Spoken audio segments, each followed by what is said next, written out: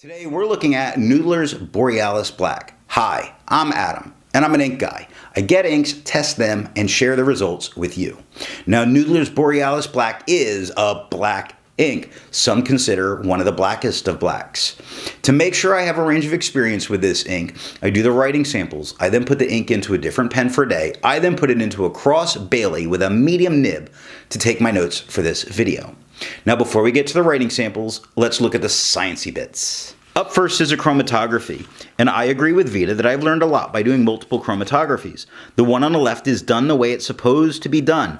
I put a line of ink down and immediately put it in the water for 10 to 15 seconds. We see a darker green line all the way across the bottom, a light green fleeing up. It's neat because it turns to a dark purple, a light purple, and then a very dark purple at the top. There's a lot of color changes going on in making this very black ink. The one on the right is let dry for 10 minutes before I dunk it in the water. That bottom line is very black and thick and stays. There's no light green phase, only a dark green. Then it goes to a purple, a lighter purple, and then a black. It's very interesting, but we do see some resistance. Now resistance tests are done to see how well this ink can be expected to hold up on the page, and more importantly, how hard it might be to clean out of your pens. I let the smear dry for 3 days before testing it.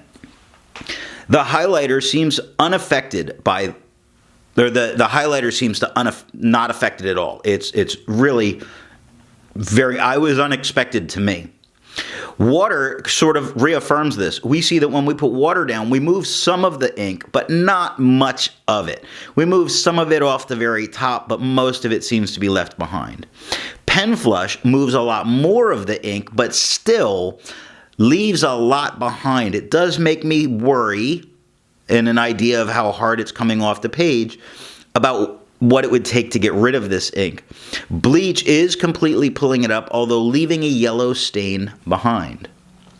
For the inks I've tested, I've found an average viscosity of 2.5, with the realm of normal being from 2.1 to 2.9. Now Noodler's Borealis Black has a viscosity of 2.2, which makes it totally normal. To find my average dry time, I use my writing samples of the extra fine and medium nib done on Clairefontaine, Tomoe River, and Rhodia paper. For the inks I've tested, I have found an average dry time of 17 seconds, with a realm of normal being from 13 to 21 seconds. Noodler's Borealis Black has an average dry time of 17 seconds, which makes it average. Now, let's look at the writing samples. I got this ink in sample form, and to keep my writing samples consistent, I use a Jinhao 159 with a Goulet 1.1 stub, a Jinhao X450 with a Goulet medium, and a Jinhao X750 with a Goulet extra fine. Let's look at Clairefontaine. We get no bleeding, no ghosting. Trying to adjust that light. With the 1.1, we have no feather, no spread, no halo, no sheen, no shade, because it is black. This is a dark black. If you like dark blacks, this is not a bad way to go. On the extra fine, we have no feather, no spread, no halo, no sheen, no shade. 12 seconds to dry. And on the medium, we have no feather, no spread, no halo, no sheen, no shade. None of the things this ink would be known to do. 16 seconds to dry on the extra fine and the medium scrubby. We see that we're not expecting to be able to get shading out of this ink, and on a smear, we could recover this. On to Tomoe River. The Tomoe River, we have no bleeding. Strangely, we have this spot at the very top that it looks like it would want to start bleeding. It looks like it maybe sat there quite a bit longer. This is a rare thing, so it's just worth taking a little note of. It definitely sank very deep into that paper. Of course, we have ghosting. It's Tomoe River. The 1.1 has no feather, no spread, no halo, no sheen, and no shade. And on the extra fine, we have no feather, no spread, no halo, no sheen, and no shade, and 18 seconds to dry. But this is, it's remarkable looking at it, how black this black is. The medium, no feather, no spread, no halo, no sheen, no shade. 26 seconds to dry. The scrubby shows us that we're not expecting any kind of shading in this ink, and the smear test says you don't get to recover when you write on Tomoe River. Rhodia. The Rhodia paper gives us no bleeding, no ghosting.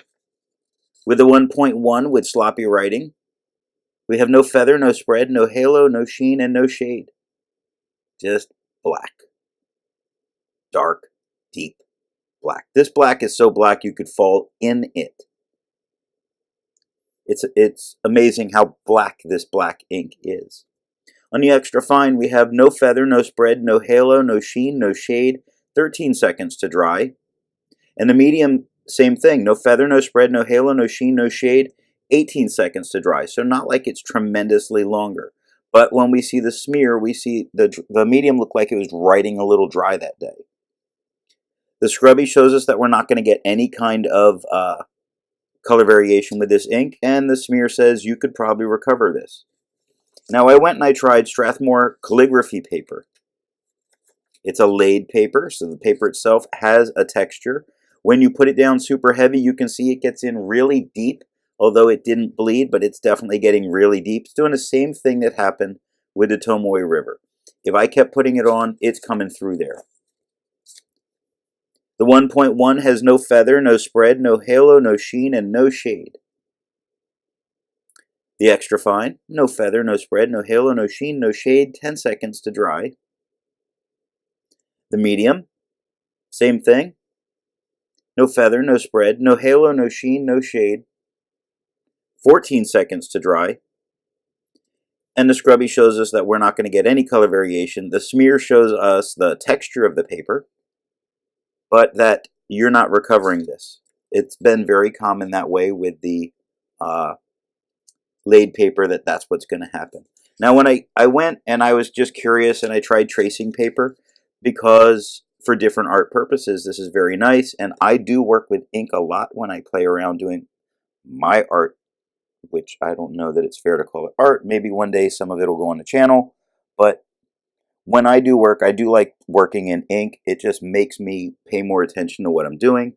So I decided to test it on tracing paper. Now the tracing paper gave us no bleeding, which is very nice because you're putting it over your original work.